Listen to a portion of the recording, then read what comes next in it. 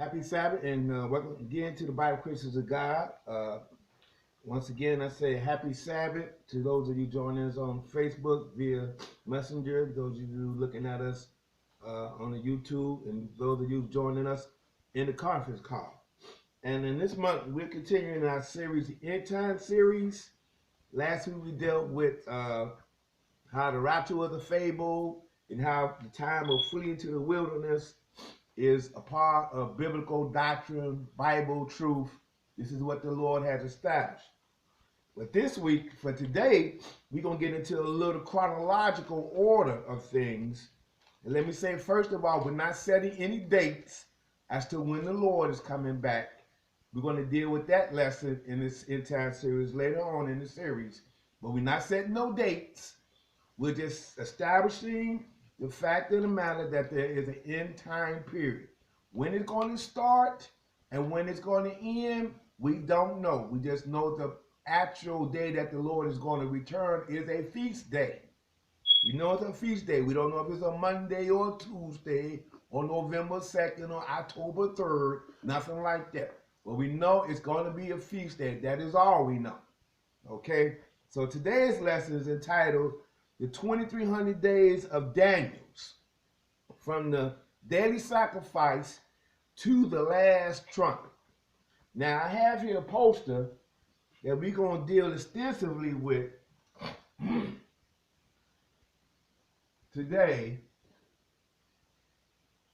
We're going to deal extensively with this today.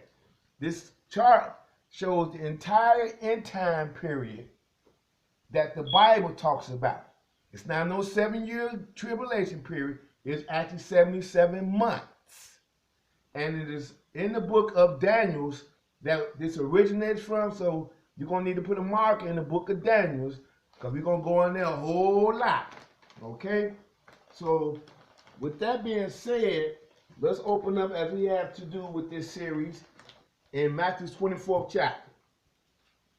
Matthew's 24. We're not setting no dates, but we do realize the amount of time to the end, and we're going to show you clearly that it is a feast day that the Lord is coming back on. And of the only people I've seen in my assessment and evaluation or looking across all the various denominations and religions that deal with this is the Seventh-day Adventists. And the sad thing about it is the Seventh-day Adventists got it all misconstrued because they don't deal with the Lord's feast. They only got the Lord's Sabbath. And to understand the 2300 days, you have to understand these three things. How the Lord's prophecy works, his prophetic months. You have to understand who the children of Israel are. That's another thing, the Seventh-day Adventists, they don't acknowledge us, black folks, the so-called Negro, as the children of Israel. They throw that out the window, and they throw the Lord's feast day out the window. All they do is keep the Lord's Sabbath. And because of their disregard for the Lord's feast and the Lord's priests, they are way off. They got this thing from Ellen G. White, and it's all messed up. They look real elaborate, but believe you me, the way they teach the 2300 days of Daniels, you could drive a 747 broadside through their doctrine. So those of you that may have heard this thing taught by the Seventh-day Adventists, they got it all wrong. They even try to throw dates on there. But because they disregard who the children of Israel are, they don't keep the feast, they die. And we're going to see as we go through this lesson. So we got a lot to go through in details as we chronologically go through this thing. And subsequent lessons, I'm going to get a little more detailed in some of these time periods that are inside of the 2300 days of Daniel. So Matthew 24 chapter, and let's start at verse 1. Matthew 24 and verse 1. Read. Amen. And Jesus went out and departed from the temple, and his disciples came to him to show him the building of the temple. Now notice, this thing starting at the temple, right? Go ahead. And Jesus said unto them, See ye not all these things? Verily, I say unto you, there shall not be left here one stone upon another that shall not be thrown down. Now, the Lord gave them a physical sign, and the Lord's actually talking about in 70 AD. But the temple is important when you understand the 2300 days, and we're going to see that in a minute. Go ahead. And as he sat upon the Mount of Olives, the disciples came up to him privately, saying, Tell us, when shall these things be? And what shall be the sign of thy coming, and of the end of the world? Now notice, he went from being at this temple to Mount of Olives, which he's going to return to, and they asked him this question, saying, Tell us, when shall these things be, and what shall be the sign of thy coming, and of the end of the world? Now, before I continue on, I almost forget. On our website, under the handouts, to further expand your experience of this lesson, you can go on our website, under the handout tab, I almost forgot this, and look for the 2300-day chart. Now, I have this same poster, but it's not as vivid. Let me put it like that. It's not as vivid as I have here in the lesson, but it's the same basic information and time periods, okay? And I also had a lesson itself, the scriptures we're using in this lesson, under that chart. So you can follow along on the chart. So just in case if you missed the scriptures in the lesson, these are the scriptures that also can be found on the handout under the 2300 days chart on our website. Again, you go to the website, you go to the www.BibleChristmasGuide.com, and when you go to the handout tab, scroll down to the 2300 days of Daniel's chart, and then you'll see a little arrow that shows you the lesson, the 2300 days of Daniel's lesson. So now we see Jesus, they asked Jesus, what shall be the sign of thy coming and of the end of the world? And let's see what Jesus says. Go ahead. And Jesus answered and said unto him, Take heed that no man deceive you. See, that's the first thing Jesus said. Take heed that no man deceive you concerning his coming, concerning the sign of his coming and of the end of the world. And believe you me, the Seventh-day Adventists is highly deceived and highly deceiving people about this thing. Again, because they don't acknowledge the Lord's feast and they don't acknowledge the priest of God, we being the children of Israel. It has no bearings to them. And one other element, they think that the Jews are in the land. That's another problem with people. They're thinking that the Jews that are in the land are the Jews of the Bible when they are not. So when you don't understand Israel and you don't acknowledge the priest that God established, which is us, and you don't acknowledge the Lord's feast, your 2300 day teaching is going to be way off. Matter of fact, it will be a fable. It will be mistaught. So we're here to set the matter straight by not deceiving you. But Jesus said, take heed that no man deceive you. Why did he say that concerning the end time? Go ahead. For many shall come in my name, saying, I am Christ, and shall deceive many. See, a lot of people are being deceived in the name of the Lord in these last days, in this end time. So he said, for many shall come in my name, saying, I am Christ, and shall deceive many. So now let's get down to verse 11. Let's get down to verse 11 and pick it up. And many false prophets shall rise and shall deceive many. See, look, many false prophets going to rise. Not a few, y'all. So when you see the rock star crowd, you got a whole lot of people that thinking that 2300 days that the Seventh-day Adventist got is right. Many false prophets teaching that foolishness. But it said, many false prophets shall rise and shall deceive many. Go ahead. And because iniquity shall abound, the love of many shall wax cold. Yes, sir. But he that shall endure unto the end, the same shall be saved. Uh-huh. And this gospel of kingdom shall be preached in all the world for a witness unto all nations, and then shall the end come. Now notice, Jesus, I keep harping on this during this series, is because a lot of people being deceived in the name of Christ, and they're not being told they're being deceived. That's why Jesus said, and this gospel of the kingdom, y'all, shall be preached. What gospel? Take heed that no man deceive you. Because we're talking in the end times. Because many gonna come in his name saying he's Christ, and many false prophets gonna rise and shall deceive many. So you need to be hearing the gospel that includes, let no man deceive you, for many shall come in my name saying I am Christ. And he said, and he's gonna be preached in all the world for a witness unto all nations, and then shall the end come. Now think about it. At the time that Jesus did this, there wasn't no internet around. Shoot, about 100 years ago, TV was just limited to certain areas. Everybody, it wasn't around the world. But now, with the internet being global, now we in a time where the gospel that says, take heed that no man deceive you, and many false prophets shall rise in my name, is being preached to the globe. So it's all over the place, y'all. Everywhere they got internet at, y'all. We could be seen in China right now. We could be seen in Africa right now.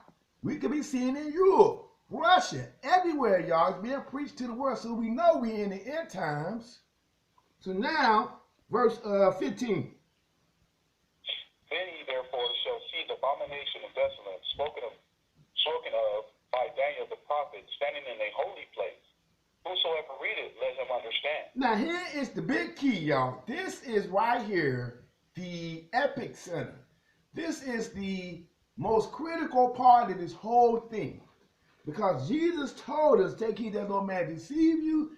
Jesus told you, when you therefore shall see the abomination of desolation spoken of by Daniel the prophet, stand in the holy place, whoso readeth, let him understand. Which means we have to go back there and look at what Daniel said about the abomination that make it desolate.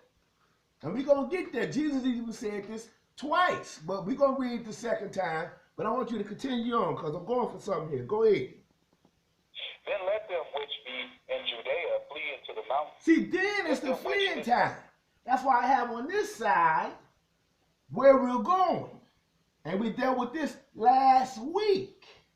So if you're not paying attention to time to flee, and you think you're rapture, or you think, see, the 2,300 days been passed, so we're already in the 2,300, you're going to get caught up. You ain't even paying attention to this. You're not paying attention to what Jesus said. And we dealt with the fact of the matter last week about the time to flee. So he said, let them which be in Judea flee to the mountains. Go ahead. Let him which is on the housetop not come down to take anything out of his house. Neither let him which is in the field return back to take his clothes. And woe unto them that are with child, and to them that give suck in those days. But be ye that your flight be not into winter, neither on the Sabbath day. For then such be great tribulation, such as was not since the beginning of the world to this time, not nor ever shall be. Now look, I want to point something out on this chart. Real critical, y'all. He said, when you see the abomination that make it desolate, stand in a holy place. On this chart with the 2,300 days, there's a holy place, a holy temple that they have blueprints for right now. This is no joking matter, y'all. It's called the third temple. And then when Jesus said, when you get ready to flee, we talk there's a fleeing time. We're going to examine that to the wilderness.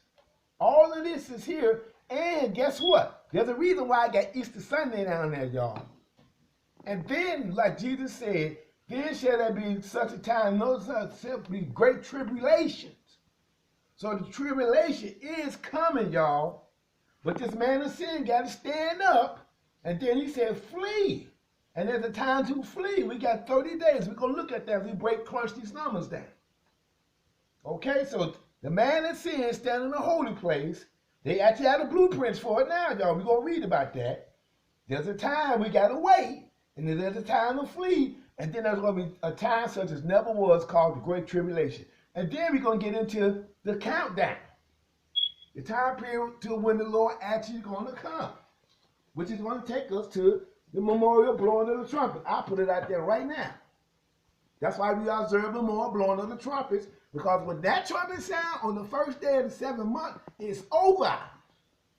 So now let's go to Jeremiah 30 and 7. I'm sorry, Daniel's 12th chapter.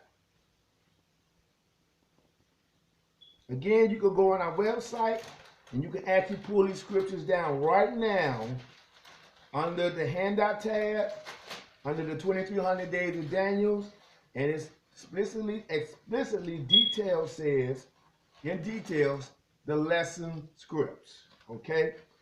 So I felt it was that important that we have that on there so that, because you need to know this stuff, because they ain't talking about it while they worshiping the beast, y'all. The people that got this, that's dealing with crosses in their houses and go to churches with crosses on, that's worshiping the beast, they ain't got nothing to do with the 2300 days of Daniel. They ain't got nothing to do with the Lord's feast days.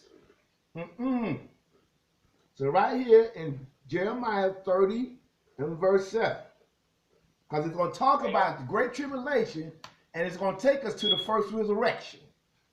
Okay? Or to that last trump, y'all. Go ahead and read. Jeremiah, I'm sorry. I skipped over verse. I'm sorry. Daniel 12 chapter, before we go there. My bad, getting ahead of myself. Daniel 12 and verse 1. Going to be like we never left Matthew's 24th chapter. So we're going to Daniel's 12th chapter, verse 1. Verses 1 through 3. Read.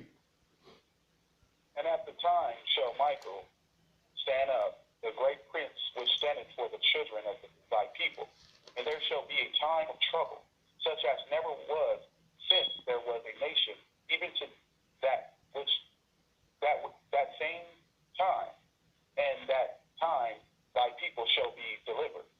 Every one that shall be found written in the book. Now look, notice what the prophet Daniel is telling us, that at that time shall Michael stand up, that great prince was standing for the children of thy people, and there shall be a time of trouble, such as never was since there was a nation, even to that same time. So we're talking about the great tribulation period, where Michael's going to stand up, and his people are going to be given flight to the wilderness. We read that last week when we went in depth about the time to flee. So now, and then saying at that time, thy people shall be delivered, everyone that shall be found written in the book. Go ahead. What book you think you're talking about? The book of life, y'all. But go ahead. And many of them that slept in the dust of the earth shall awake, some to everlasting life, and some to shame and everlasting contempt. Now look, everything is not in chronological order or included in this passage. It goes all the way to the beginning of the Great Tribulation and skips all the way to actually the 8th day. But the point that this is making is it goes from the time of the Great Tribulation until the resurrection. Okay? Now this resurrection is talking about the general resurrection. There's 1,000 years even in this verse because the righteous is going to come up and then everybody else is going to come up 1,000 years later. But watch this. Let's see what it says about those that died righteously or died right. Go ahead. And they that was rise shall shine as the brightness of the firmament, and they that turn many to righteousness as the stars forever and ever. See, that's what you want to do. Because when we come up in the first resurrection, that's how we're going to shine. That's why it's going to be neither day or night. Because when you have that many people coming up around the globe that's lighting up like a star, brightness of the firmament, then at the same time, it's going to be day and night at the same time, y'all. Because God's people done died all over the globe, y'all. So when he come back and pull his church that had died, maybe last week somebody that died in this church, we're talking about the real church, they died a Sabbath keeper, they died a feast keeper, they died a law keeper, they died of faith, they died in Jesus Christ. I put it like that, the one in this book. And they're so blessed that the Lord bring them up all over the globe, it's going to light up. So now, let's go to Jeremiah 30th chapter. Yeah, I skipped over that. The same time period is talked about in Jeremiah the 30th chapter. And you'll see what I mean by the first resurrection. Because David is coming up in the first resurrection. He ain't coming up in that resurrection that's 1,000 years later, y'all. So we're going to Jeremiah 30, and we're going to go from verse 7 which talks about that great tribulation period, that time of trouble. And it's going to take us to when David rides. And let me go back to the chapter. Like I said, we're going to deal with this a lot. That's the great tribulation period, the time of trouble, all the way down to when this trumpet sound. Because there's going to be 1, 2, 3, 4, 5, 6 trumpets before that 7th trumpet sound. Because it's 7 seals. That's in this last month of the year, the first month of the year, which is 6 months to the Lord. And when that 7th month comes, that's when we're going to see happen with David, y'all. That's when David coming up. So that's what the 2300 days of Daniel is covering, y'all. Because David the Israelite and Jeremiah the Israelite prophesied of these things. He knew. It is talking about David the Israelite. So let's read this, Jeremiah 30 and verse 7. Read. Elias, for that day is great, so that none is like it. And even the time of Jacob trouble, but he shall be saved out of it. Yes, sir. For it shall come to pass in that day, said the Lord of hosts, that I will break his yoke from off thy neck, and will burst thy bones, and strangers shall no more serve theirselves of him. That's what's going on with Israel right now, y'all. Because we're living in the times of the Gentiles. Continue. But they shall serve the Lord their God, and David their king, whom I will raise up unto them. See, that's when he's going to come up. That's when David's going to come up, and he's going to shine like the brightness of the firmament. So it went from the great tribulation period to the resurrection. And this we're going to see is how the 2300 days are closed out after the first resurrection, y'all. So now let's go to Mark 13 chapter.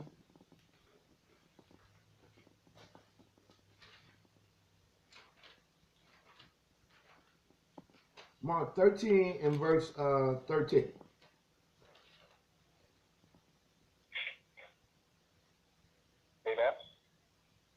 Read. And ye shall be hated of all men for my name's sake. But he that shall endure unto the end, the same shall be saved. See, just like we read in Matthew 24th chapter, like we never left Matthew 24. Go ahead. But when ye shall see the abomination desolate spoken of by Daniel the prophet, standing where it oughteth not, let him that readeth understand. Then let them that be in Judea flee into the mountains. Now look, again, Jesus is making it, this is repeated again, y'all. And this is talking about right here. When that abomination, that making desolate stand in the holy place, we're going to see how this 135 days is critical to waiting for the time to flee. And when we flee, we're going to see why we fleeing, y'all. And then that great tribulation period is going to start for 3.5 years. So now, with that being said, keep reading.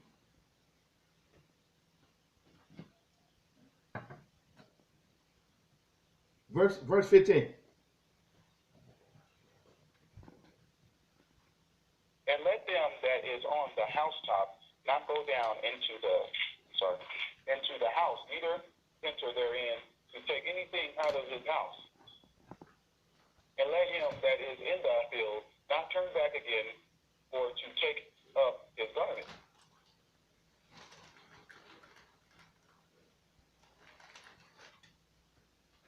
Go ahead. But woe to them that are with child, and to them that give suck in those days.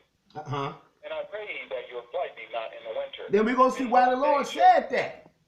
We're going to see why the Lord said, pray that your flight be not in the winter. Because if you leave too early, you're liable to get caught up. Can't leave too late. That's why you got to be on time for the Lord's Sabbath. You got to be on time. Time is a matter of essence during this fleeing time. That's why he said, pray that your flight be not in the winter. And we're going to see why in a minute. Go ahead. In this lesson. Shall be affliction, such as was not from the beginning of the creation, which God created unto this time. Neither shall be. See, again, he said, for in those days shall be affliction such as was not from the beginning of the creation. So the worst time you could think of, it's going to make the Holocaust look like nothing. It's going to look, the Inquisitions look like nothing. Because he said, for in those days shall be affliction such as was not from the beginning of the creation. So even when our forefathers was moaning and groaning in Egypt the first time, this time is going to be worse than that, y'all. Why? Because everybody, see, if you think about it, everything is a lot closer now. People are more in your business now. People are more immediate now. It used to be 10 years ago, you call somebody on the phone, want to call somebody on the cell phone or call them, you have to go to your house to call them. Now, hey man, you can be reached at any time. Right. People used to you had to be in certain places for people to listen in to your conversations. Right now, people could be listening on you right now. People track your cars. Through your TV, they watching you. The refrigerator's being computerized. They know what's in your refrigerator. Then you got people installing all these security systems. Everything is getting so much closer to it's almost immediate. Immediate gratification, immediate money. There's a new way of doing everything, and what that new way is everything is more immediate. So that's why the affliction is going to be greater, because we live in a time where immediacy is so incredible. It's amazing. It's amazing. I mean, I used to remember when I had to wait to get home to go call somebody. Now, you know, I can call over to Africa right now. Turn on the TV, immediate news. Cash money in your bank right now. You used to get checks. You know, you had to wait for payday, you know. Now they, you know, hey, look, this is the reason why we know we're living in the end times, because all these things are fully capable of being fulfilled in our time, y'all. So now, look, let's go to Daniel 12 and 11. We'll look at this abomination that make it desolate. And we're going to get a date. We're going to get a number right, a number of days put on this. Daniel 12 and 11. Amen. Read. And from the time that the daily sacrifice shall be taken away, and the abomination that make it desolate set up, there shall be 1,290 days. Now look, right there. Remember Jesus said, when you shall see the abomination that make it desolate, and, hold on. This is, and from the time that the daily sacrifice, no, it said daily sacrifice shall be taken away, and the abomination that make it desolate. Ain't this Daniel talking? Mm-hmm. So he said, whoso read it, let him understand. If you read about the abomination that make it desolate, whoso read, ain't we doing that? So we getting some understanding that there's a daily sacrifice that this abomination that make it desolate has to take away. And he set up, there shall be what? 1,290 days. This is what we're looking at. Right here. 100, this is 13, this is right here. This is the 1,260 plus 30 days. So the Lord is giving us 30 days to flee. Right here. 30 days. This is the freeing time to get to the wilderness. So on the chart or on your piece of paper, write down 1,290 days. So now, let's take a little closer look at this abomination that make it desolate. Let's go to Daniel's 8th chapter, verse 8. Daniel 8 and 8. Because he talks about them a lot. Now, here's the key. We have to understand that this is a Gentile. This abomination that make it desolate is a Gentile. He's coming out of the Gentile lineage. And I want to establish that by showing you how it's talking about the Greek Empire and then rolls right over into the fourth beast, which is this horn that it's going to talk about. So Daniel's 8 and 8. Amen. Read. Therefore he goat waxed very great, and when he was strong, the great horn was broken, and for it came up for 4 tables, one towards the 4 winds of heaven. Now notice, it said, therefore the he-goat waxed very great, and it's actually talking about Alexander the Great. And when he was strong, history would tell you that. We can go into the history books, but I don't want to wear y'all out with it, but you can go into history and see this. And it said, for it came up 4 notable ones toward the 4 winds of heaven. His kingdom was divided up between 4 generals. Okay? So now, Watch this, because this is the Gentiles that's running it now. Then watch what it says. It's going to do go right into the next beast. And we'll see what I mean by that in a minute. Go ahead. And out of one of them came forth a little horn, which waxed exceedingly great, towards the south, and towards the east, and towards the pleasant land. And it waxed great, even to the host of heaven, and it cast down some of the hosts and of the stars to the ground, and stamped upon them. Now look, this thing went from how you had the power of the Gentiles when Alexander the Great died, and then 4 generals rose up to show you that this beast is going to be a warring beast or a warring faction, to right to the Antichrist or the beast that's going to rise up, or this abomination that make it desolate. We'll see, we're talking about the same one, because it said, out of them came a little horn, which waxed exceedingly great toward the south and toward the east and toward the pleasant land, and it waxed great even to the host of heaven, and it cast some of the host and of the stars to the ground and stamped upon them. Watch this. Go right into verse 11. Yeah, and magnified himself even to the prince of the host. And by him the daily sacrifice was taken away, and the place of the sanctuary was cast down. Remember, he called him in the 12th chapter an abomination that make it desolate, shall take away the daily sacrifice. So here we see he magnified himself even to the prince of the host, and by him the daily sacrifice was taken away. So we see this is part of, we're going to see, rather, this is part of the 2300 days of Daniel. Because Jesus said, when you see this man stand in the holy place, this abomination of desolation that's spoken of by Daniel the prophet, flee. So now he going to magnify himself, and he going to take away, and by him the daily sacrifice is going to be taken away, and it will cast down his sanctuary to the ground down. And then watch what else happened. Go ahead. And host was given him against the daily sacrifice by reason of the transgression. And it cast down the truth to the ground, and it practiced in prosperity. See, this is part of the movement of the Antichrist, because the Antichrist is part of a spirit and also a person, okay? Because John talked about the Antichrist back then, but now, even during the time of Israel, but now we're seeing that the host is given against the daily sacrifice by reason of transgression, and it cast the truth to the ground, which is what the Antichrist or the beast, the false prophet, is going to be doing. That's why it's going to be a great tribulation period. So now he given the host by the beast that's going to be working with him. Because you got the beast, he's also called a false prophet. Then I noticed his titles interchanged throughout the book between the prophecies of Daniel and Revelation. And you got to track how it changes. His title, again, I say changes. Antichrist, beast, false prophet, those titles interchange and switch around. But the key is, this is going to happen during the 2300 days of Daniel. That's prophesied for the end. Keep going.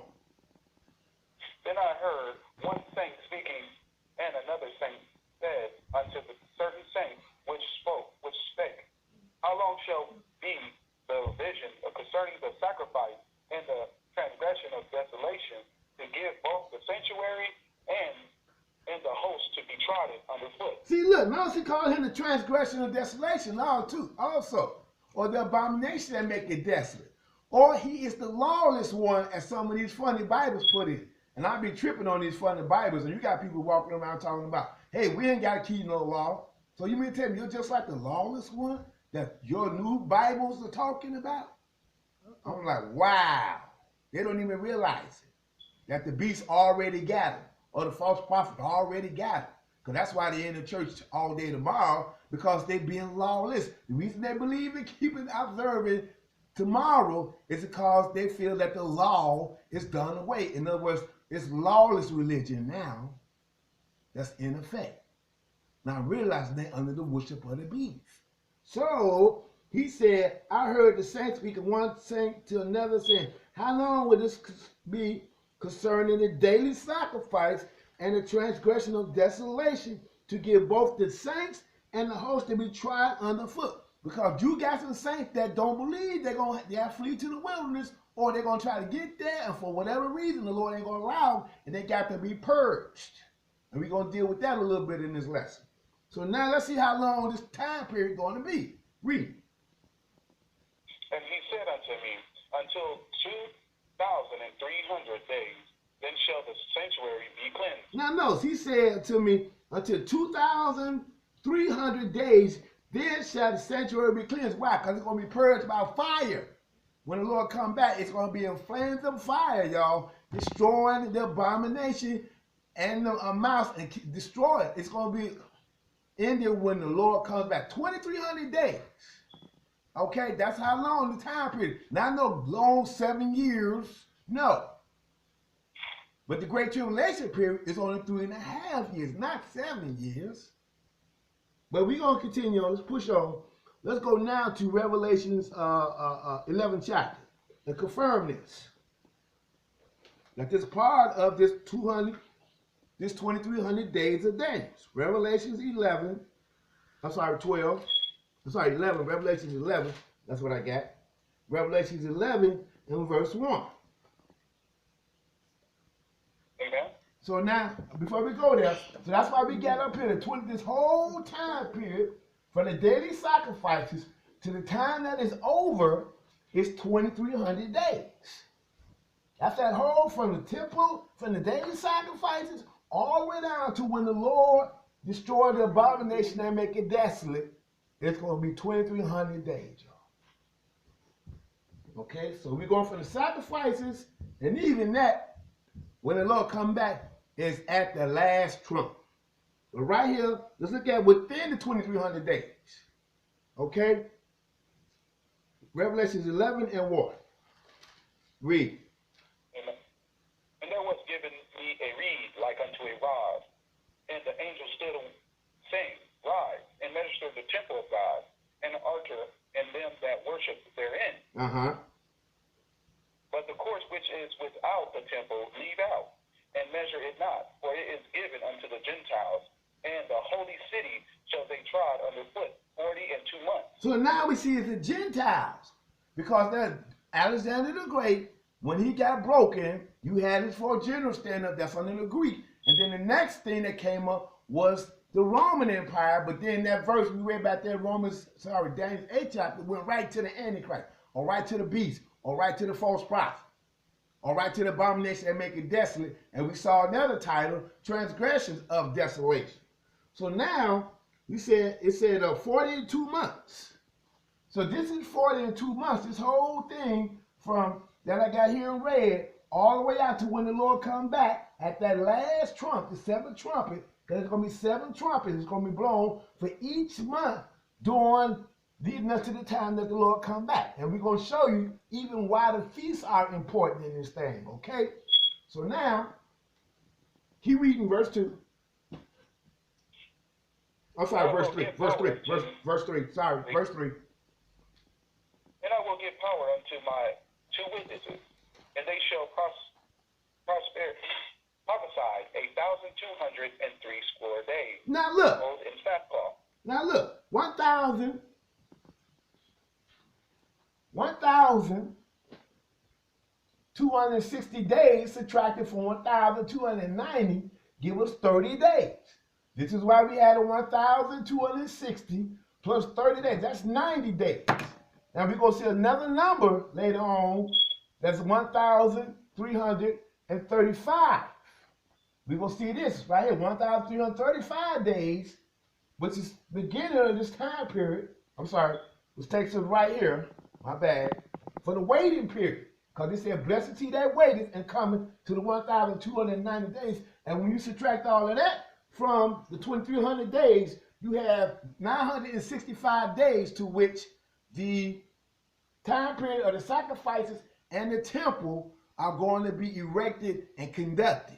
And that man of sin, that abomination to make a desolate, going to take away the daily sacrifice, and that's going to be a conflict. Now, to show you how real this thing is, let me see, should I, okay, not just yet. We're gonna go back right quick. Let's go back to Daniel's 8th chapter. Let's go back to Daniel's 8, and we're going to go Daniel's 8 and 21. Because the thing going to start out with the sacrifices, but it's going to end with the Lord coming and destroying this abomination and make it desolate, which is going to cleanse the sanctuary, y'all. So we back to Daniel 8, and I want to go Daniel 8 and 21. Because see, in the book of Daniel, this 8th chapter, it kind of repeats, but it expands as it repeats. The Lord say a little bit of it, and then he come back and expands a little bit more, and expands a little bit more. And we're going to see that as we go through this. So we're going to go to verse 21. Amen. Read. And the wild goat is the king of The king of Grecia. Grecia.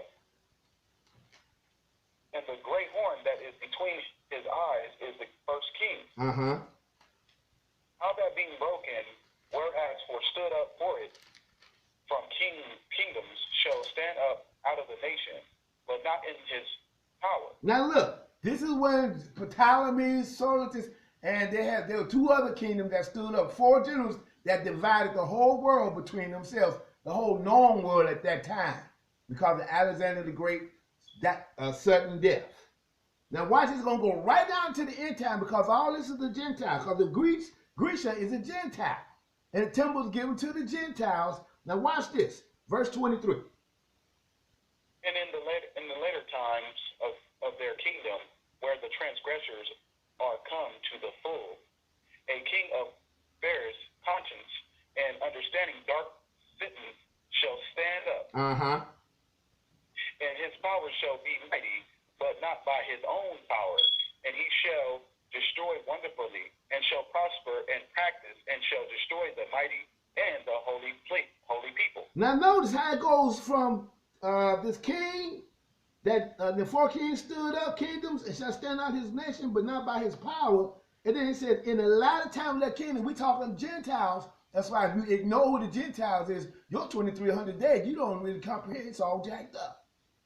But this is talking about under the Gentiles, and when the transgressors are come to the full, and they are headed that way, y'all, a king of fierce countenance and understanding dark sentences shall stand up, and notice, his power shall be mighty, but not by his own power. Now, if you go to Luke 4 chapter, verse 5 through 7, it tells you if you fall down and worship Satan, he's going to give you all this power. That's why it keeps saying, but not by his power. Because these men were bowing down to Satan, and Satan was giving them power. So now we see by his power shall he be mighty, but it's not his own power, it's by the power that Satan has been given from God to give to them, because they choose to serve Satan rather than to serve God. And it's to fulfill his will. And notice he said, not by his own power, and he shall destroy wonderfully, and shall prosper and practice, and shall destroy what? The mighty and the holy people. Because you got mighty and holy people. Everybody that's mighty and holy ain't going to get into the wilderness, y'all. That's how this thing going to be. It's going to be what it's going to be. You do your best to be righteous to make it into that place to flee. That's why the Lord, I say, hey, at all times, what the book said at all times, make sure your garments are white, the Lord looking. Because you may need some purging. But look, keep reading. And through his policy, and also he shall have to prosper in his hand. Uh-huh. He shall magnify himself in his heart, and by peace shall destroy many. He shall also stand up against the prince of princes, but he shall be broken without hands. See, notice again, and through his policy, also he shall cause crafts to prosper in his hand, and he shall do what? Notice this word magnify keep coming up. Because this is the Antichrist turned Antichrist, I put it like that, or the abomination that make it desolate, or the beast, and we're going to see that as we go into Revelation 13 chapter. Let's go to Revelation 13 chapter now. Revelation 13, and we're going to verse 1. Because what we're looking at now is a composite view of the Gentiles, the sons of Japheth, in this Revelation 13 chapter. Amen. Read. And I stood upon the sand of the sea, and I saw the beast rise up out of the sea, having 7 heads and 10 horns, and upon his horns 10 crowns, and upon his head the name of blasphemy. See, look, he said, I saw the sand of the sea saw a beast rise up out of the sea, meaning rising up out of people, having 7 heads and 10 horns, and upon his horns 10 crowns, and upon his heads the names of what? Blasphemy. What kind of blasphemy are they doing? Let's see. Go ahead. And the beast which I saw was like unto a leopard, and his feet were as the feet of a bear, and his mouth as the mouth of a lion. And the dragon gave him his power, and his seat, and great authority. Because this beast is going to try, this man's sin, or this abomination, is going to try to unite all of the Gentiles together under his authority.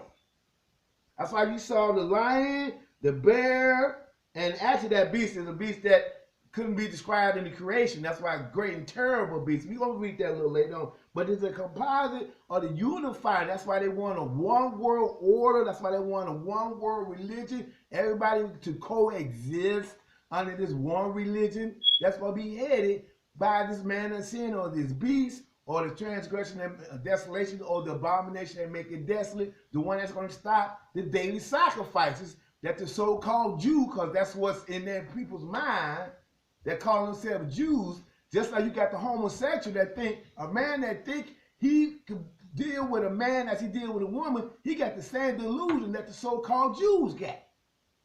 That's why they're going to set the daily sacrifices up.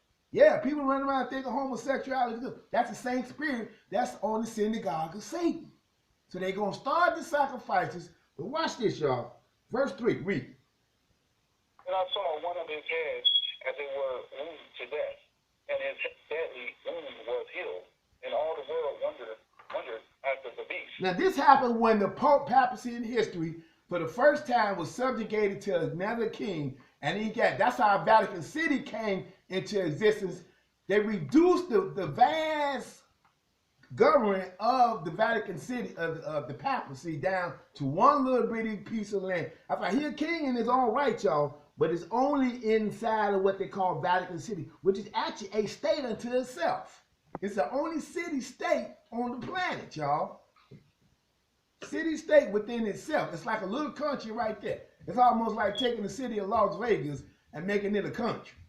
Wait, man, Las Vegas in the state of, yeah, but Las Vegas is a country. Well, that's what done happened with when the deadly wound that beast got took out. Because the papacy used to run a whole lot of stuff in history. That's in history. We're not dealing with that now. We'll deal with that when we break down these 10 horns and these 10 kings, and when we're dealing with the Gentiles. But we're dealing with this end time period, and now it said the world wandered after the beast, and they are wandering after him. That's why I got on this poster on Easter Sunday morning. Vatican Square is packed. It's a rock star crowd. I remember when I was just a Christian, I should get up early Sunday morning just to see the Pope talk to us. And I mean, you know, that's what I thought it was supposed to do. But he said, and the whole world wandered after the beast. But go ahead. And they worshiped the dragon, which gave power unto the beast. And they worshiped the beast, saying, who is like unto the beast, who is able to make war with him. And they was given into him a mouth, speaking great things and blasphemies, and power was given unto him to continue 40 and 2 months. See, look, power is going to be given to him to continue 40 and 2 months, because they wonder who's able to make war with him, because he's going to put it on lockdown, y'all. He's going to put it on lockdown. That's why you have what's called Protestants right now. He's allowing the Protestants to exist. But the day is coming, when this time comes, when he says, when his power is given to him to continue 42 months, he's putting it down, y'all. He's saying, look, ain't no Protestants.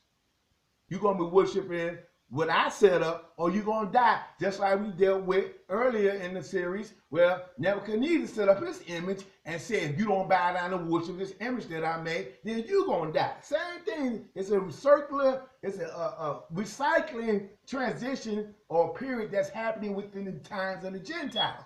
You just have to pay attention to the Bible and understand it clearly in order to filter the stuff out. Because it get a little crazy, y'all. But, you know, people out here saying 2,300 days apply to something else other than the end time confuses everybody. So here, we seeing that it's going to be given to him a mouth speaking great things and blasphemies, and power shall be given him 40 and 2 months. And what is he going to do during this time? Verse 6.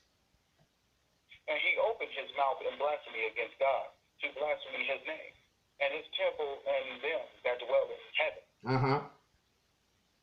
And it was given unto him to make war with the saints, and to overcome them, and power was given him over all kindred, and tongue, and nation. See, look, and it was given to him to make what? War with the saints. Right. This is the great tribulation period. This is the abomination that make it desolate. He's also called a beast. He's also called a false prophet. Like I said, they're tied kind of interchangeably in there. You have to be careful in reading that thing. So sometimes it switches up.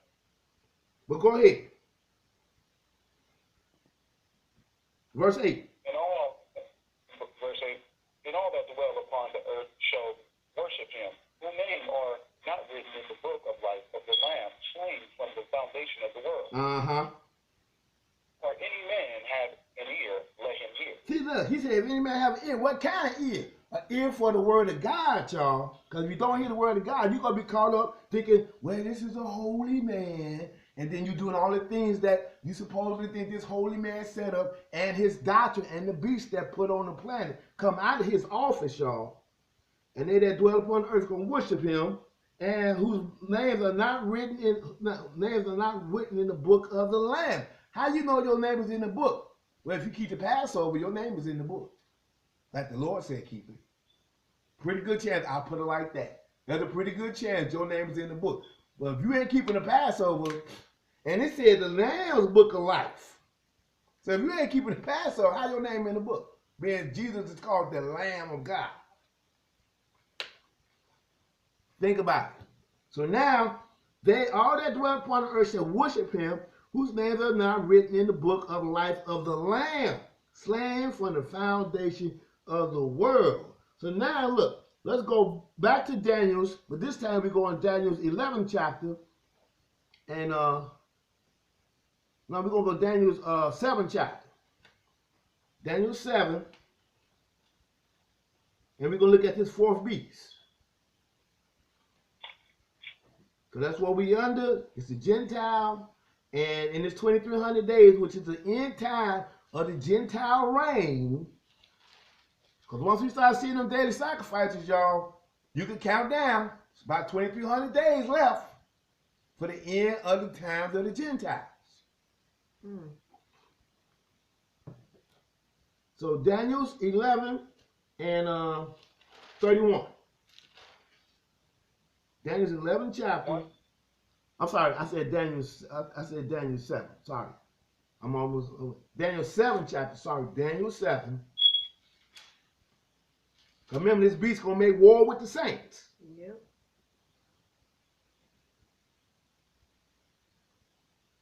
And we're going Daniel 7 and start at verse 17. These great beasts which are four kings, which shall rise out of the earth. Now look, it tell you at the top of this that you have one beast like unto a leopard, a bear, a lion, and then you have leopard, bear, lion, and then one beast that he couldn't even describe in the creation, y'all. But these beasts gonna rise up out of the earth. But what? Go ahead. But the saints of the Most High shall take the kingdom and possess the kingdom forever, even forever and ever. And I should know the truth of the four beasts, which was diverse from all the others, exceeding dreadful, which teeth were of iron, and his nails of brass, which devour, break in pieces, and stomp the residue with his feet. And of the 10 horns that were in his head, and of the other which came up, and before whom 3 fell, even of that horn that has eyes, and a mouth that speaks very great things, whose look was more stout than his fellows. Now look, this is talking about the Hurlan of Ostrogoth and the Vandals that got took up. We're going to get in that further in this series. Remember, we basically concentrating on the normal days to the end, from the daily sacrifice to that last trump. All this is going to happen is what we're focusing on. But I came here for a reason. Go ahead. Verse 21. And I beheld, and the same horn made war with the saints and prevailed against them. Didn't we read that in Revelation 13 chapter, y'all? Yep. So this horn is also called a beast that make war with the saints. How long is this war going to go on till? Go ahead.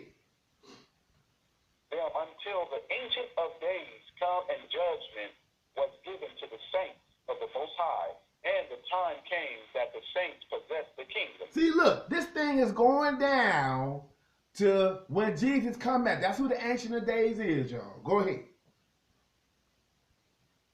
Thus he said, the fourth beast shall be the fourth kingdom upon earth, which shall be diverse from all kingdoms, and shall devour the whole earth, and shall tread it down, and break it into pieces.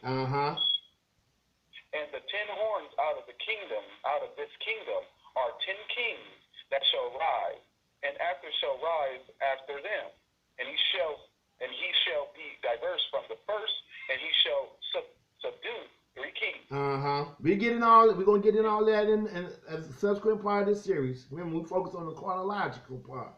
Go ahead. And he shall speak great words against the Most High, and he shall wear out the saints of the Most High, and think to change time and laws, and they shall be given into his hand until a time, and the dividing of time. So we know that the time and times, divided times means 42 months, because it's the same horn that made war with the saints for how long? 42 months. Now this 42 months is a part of this chart. This is the 42 months, the 1,260 days, 30 days per month, in the prophetic month that God has given this beast to reign. And he's going to think to change times and laws. Now, signs that you under this beast is that he changed the day of worship from Saturday to Sunday. Instead of honoring the last day of the week, he changed it to the first day of the week. That's why on the first day of the week, you got everybody that deal with that have this either in their homes or on their place of worship. When you have this mark on it. And by the way, they're getting ready to pass this out March 1st, y'all. They're practicing on March 1st. So, just to let you know. But look, he shall speak great words against the Most High again, and think to change time and laws and laws. He said they should be given to his hands, but time, and the divided time. Now let's go to Daniel's 11 chapter and verse 31 and look at a close look at this thing, y'all. Closer look. Daniel's 11 and verse 31. Because the beast, the one that's going to be assisting the beast or the false prophet or the Antichrist as he's called or been labeled. I only see Israel being called Antichrist, y'all, but there's an understanding that comes behind that, so I can kind of relate to that, him also being called an Antichrist. Because anytime you stand against the word of God, and Jesus is called the word of God, you are being Antichrist, or you have the spirit of the Antichrist in you. Right, amen. See?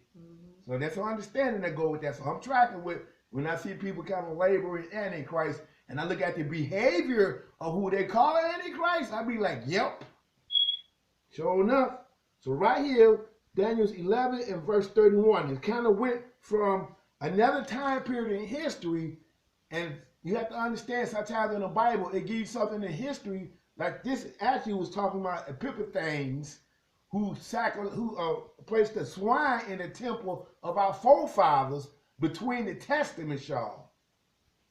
The Bible, from the time when Malachi prophesied all the way to Matthew's, if you go look in the history of the Maccabees, then you can see that that's the reason they had what's called the Feast of Dedication, because they took out Epiphanes, who had put swine inside of our temple, which is an abomination before God. You don't put no swine up in a holy place. And that's why the Gentile that's on sitting there, he represents that abomination. So it's kind of leading right into what we're going to read right here.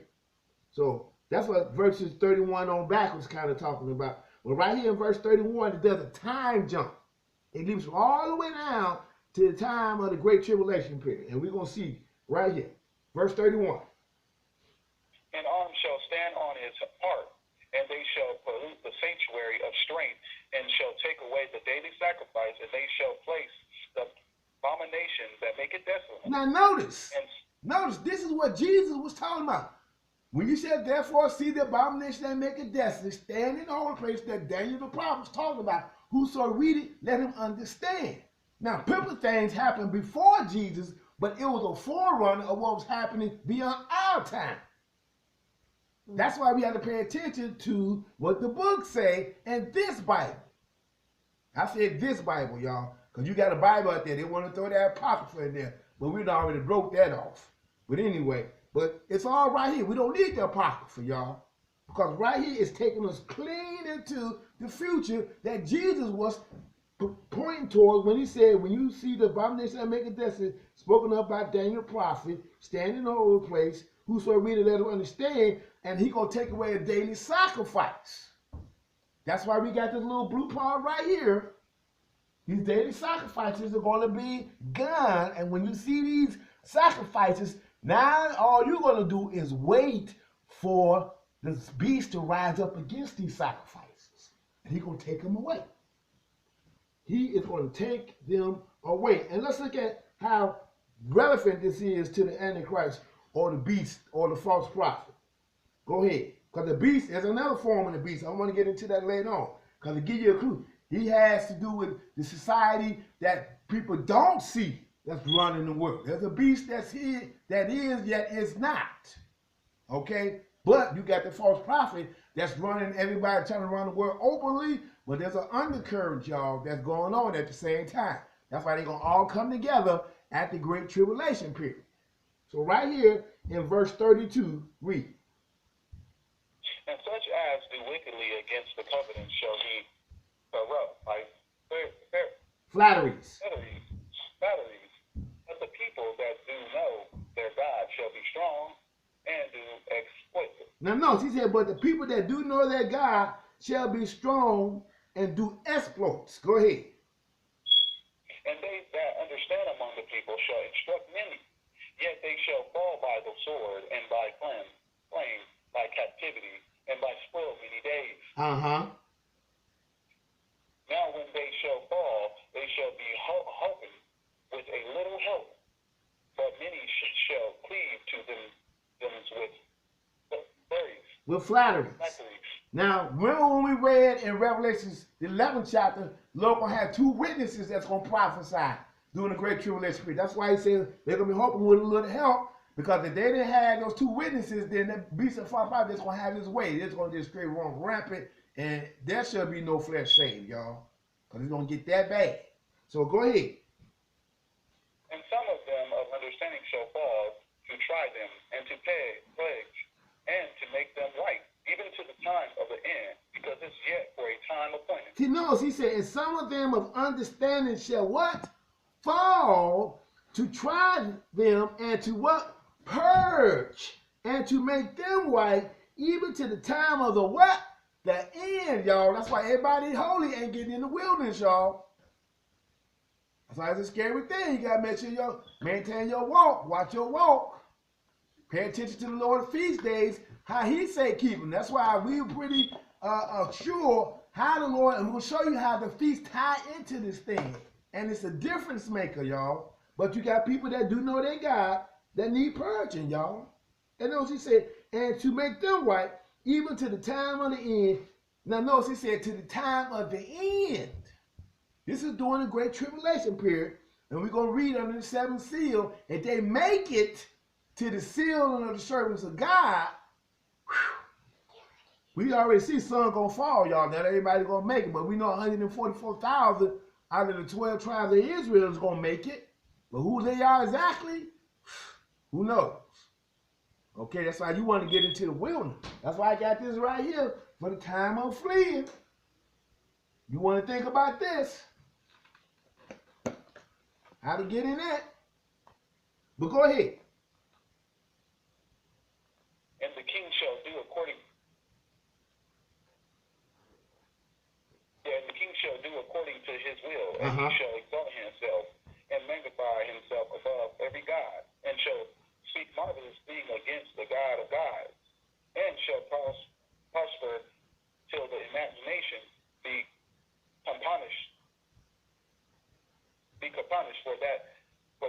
is determined shall be done. See, no, she said, and the king, see, this man that sits in the seat that ordains that you should get this in your forehead, and we'll have the people doing it on March 1st. He's also a king. And it says, this king shall do according to his will, and he shall exalt himself and magnify himself above every God. Remember we read in 8th chapter, he's going to exalt himself, magnify himself. We also going to read that in 2 Thessalonians. He's going to exalt himself and magnify himself. And notice, above every God, and to speak marvelous things against the God of God. Then we read that in Revelation 13 chapter. He's going to speak against God. He's going to blaspheme and until the indignation be accomplished, for that is determined shall be done. Go ahead. He's going to make the clue, y'all. Go ahead. Neither shall he regard the gods of his fathers, nor the desire of woman, nor regard any gods, for he shall magnify himself above all. Now, wait a minute. Who is this that don't desire a woman, y'all? What religious operation tells you you cannot be a priest and be married to? Okay? What priesthood is walking around like that, y'all? Right. Major clue. Major clue. But go ahead. But in the end state shall he honor the God of earth, and a God whom his father knew not shall he honor with gold and silver, and with precious stone and pleasant things. See, that's the same thing. If we went into Daniel's if we went into Daniel's 6th chapter, you see the same thing. No, Daniel's 5th chapter, you see the same thing. This is how we know this is during the times of the Gentiles. Now let's go to 2 Thessalonians. 2 Thessalonians 2 and 4. It's going to look like we never left. Because he said, neither shall he regard the God of his father, nor desire women, nor regard any God, for he shall magnify himself above all. Let's go right into 2 Thessalonians, 2nd chapter. And all this is during the 2300 days of Daniel. Because you got 965 days for the temple and the daily sacrifice to go around. And then you're going to have 1,335 days. You got to wait now. You got to wait for that man to sin and get ready to move over there. And we're going to read that. After we read this right here.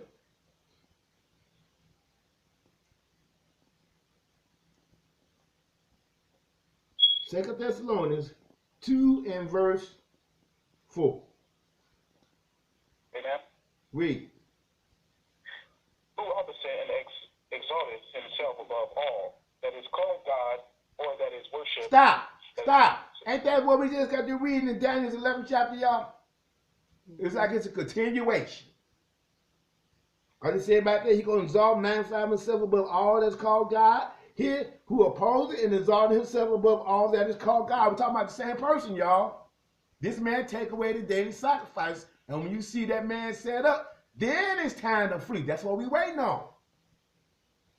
The sacrifices in the temple, and this man who opposes it and exalted himself above all that is called God, or that is worship. Go ahead. That he as God sitteth in the temple of God, showing himself that he is God. Oh, so we see the temple. Because they're going to have daily sacrifices. And to show y'all how serious this thing is, I got an article. I also put this on the website. This article is called The Third Temple, Closer Than Ever, as search begins for what they call eligible Jewish priests. Okay, the Temple Institute, this is the date of this is March 30th, 2016. This was last year in March. Okay, and I got it on the website. The Temple Institute has initiated the second stage towards building the temple, compiling a list of Jewish priests who will be eligible to prepare the red heifer and serve in the temple, says Rabbi Chad Richmond, the international director of the Temple Institute, announced on Monday. The announcement coincides with the weekly Torah readings that describe the preparation of the red heifer. They're serious about doing this, y'all. This is not a joking matter. And this was just last year. Okay? The registry will include men who have a clear patriarchal heritage from the priestly class, descendants of Aaron. See, that's why the Lord said, I know the synagogue, I know the blasphemers will say they are Jews and are not, but are the synagogue of Satan. They think they Jews, but they not. That's why the papacy is going to stop them, because it's in his heart, look, you guys ain't the one. I am the replacement of Christ. I am the vicar of Christ. How you going to have sacrifices in the temple when I am the temple? I am God. He goes all above all that's called God, ain't he? That's right. That's what you read. So now, but these guys are looking for a priest to actually do the sacrifices, y'all. Now, let me skip down in this article. Make sure I didn't miss anything critical. Now, this red heifer, they do have a red heifer, y'all. I also had this on this article. I took this out of Jerusalem Times. And breaking news, breakingisraelnews.com. Yeah, all this come out of Breaking News. Make sure I got the right website. Yeah, breakingnewsisrael.com. Okay? Now, here's another bold move in this article. This is another bold move for our institute, having already painstakingly prepared more than 60 sacred vessels for the third temple. It's coming, y'all.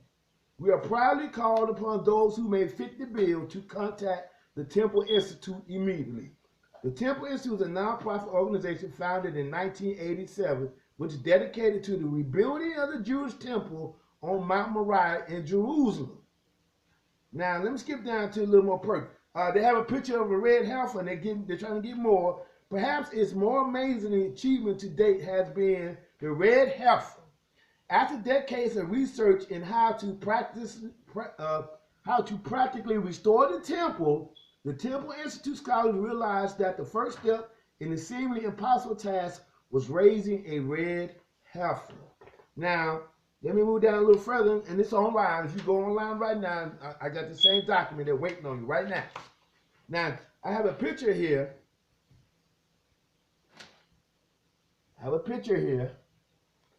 Of what they said the third temple envisioned alongside the Dome of the Rock. Now, Israel's chief Ashkenaz Rabbi David Low joined a list of Israeli politicians who are calling for the third temple. This is not a joking matter, y'all. We talking about stuff that's real. We always try to deal with what's real here in the Bible Christians of God, y'all. Stuff you can take to the bank and cash it in. We ain't kidding. This is not a joking matter. To be built on the Temple Mount in Jerusalem. He suggested that, no, they're saying the Messianic vision could be realized without touching the Muslim structure as a site by simply building a new structure alongside the existing Muslim buildings that stand on the site that the previous two Jewish temples once were. So this thing is happening, y'all. Straight up. Let me see if there's any other.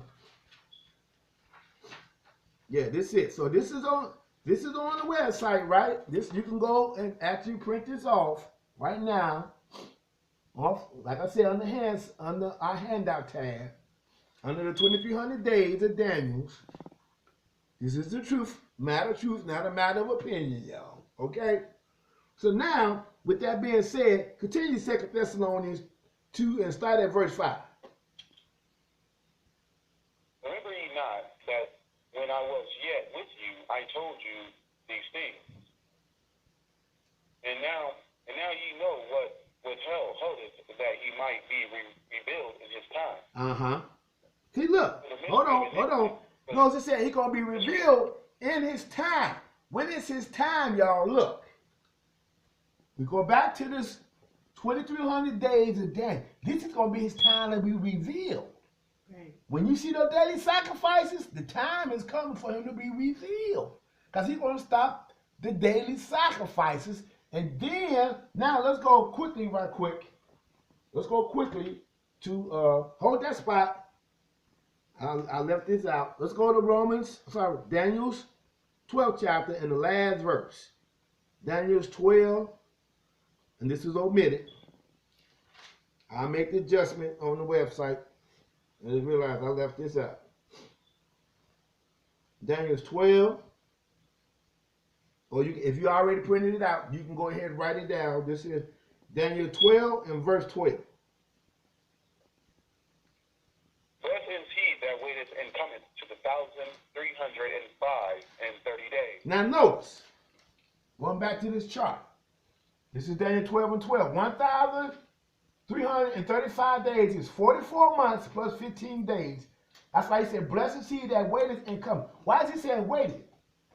Why is he saying wait? Because when you see the temple and everything, get ready to set up. When he stopped, you got 45 days. There's a waiting period between the time that the abomination and making death is set up and the daily sacrifices end. There's going to be conflict over there. There's going to be major conflict because, believe it or not, the Vatican wants to control the Temple Mount too.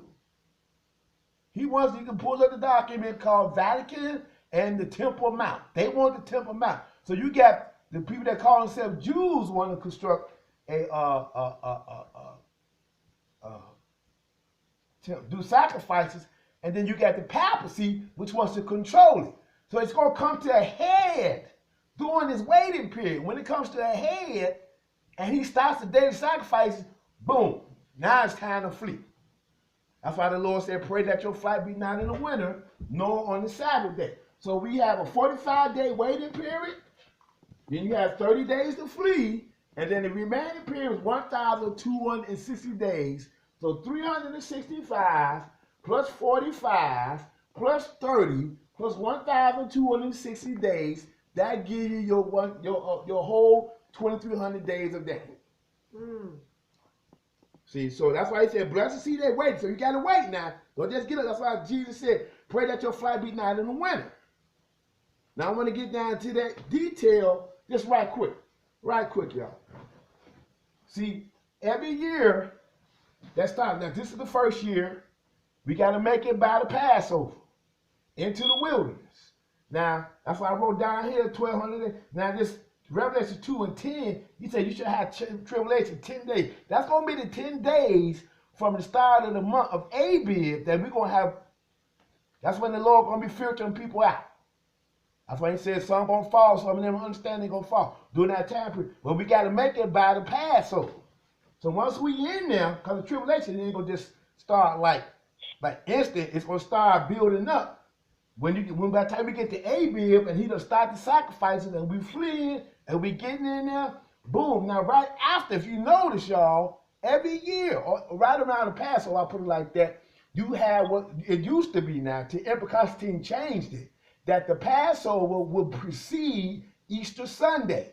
And on Easter Sunday, everybody's looking at the papacy. And this is when he's going to openly declare himself God, showing himself that he is God. And everybody going to be like, wow. That's why the whole world is enthroned with Easter. You got people that ain't been to church all year long. Ain't even thought about church. But they sure going to show up for Easter Sunday. Right.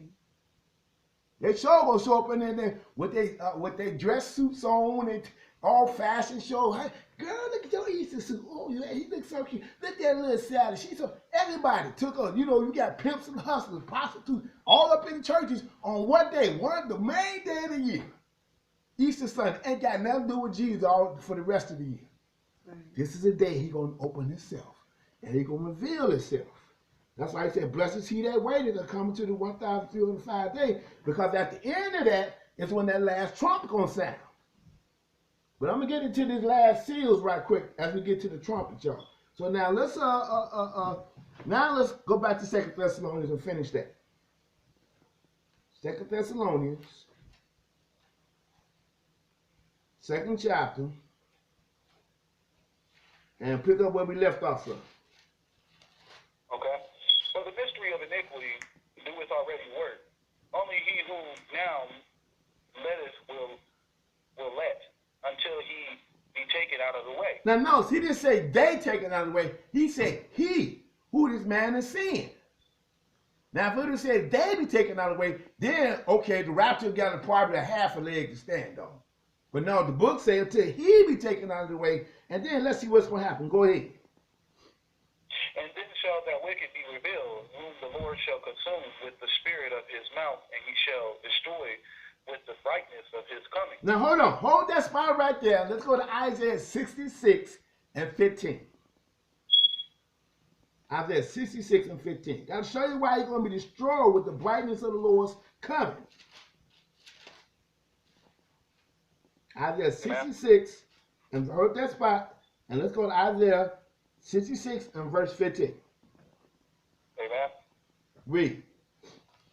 For behold, the Lord will come with fire, and with his chariots like a whirlwind, to render his anger with fury, and his rebuke with flames of fire. See, he coming with fury and his rebuke of flames of fire. This is the line of the tribe of Judah that's coming, y'all. And he ain't coming back all Cutley, Dudley, and Cotlin people. Go ahead. For by fire and by his sword will the Lord plead with all flesh, and the slain of the Lord shall be many. Now look, how we know the slain of the Lord shall be many, y'all? How many people do you know got this in their house? Huh? Crosses on their house. How many churches can you go to and they got this on the church, either on the outside or on the inside? Lord gonna slay a lot of people, yo. That's a lot of people. The magnitude of that is huge. Huge. That's why I said slain of the Lord shall be many. So as many people as you know walking around with that, think about that number that many encompass. How many people packing them churches on Easter Sunday? How many people in there all day tomorrow? Think about it. So the slain of the Lord gonna be many. Go ahead.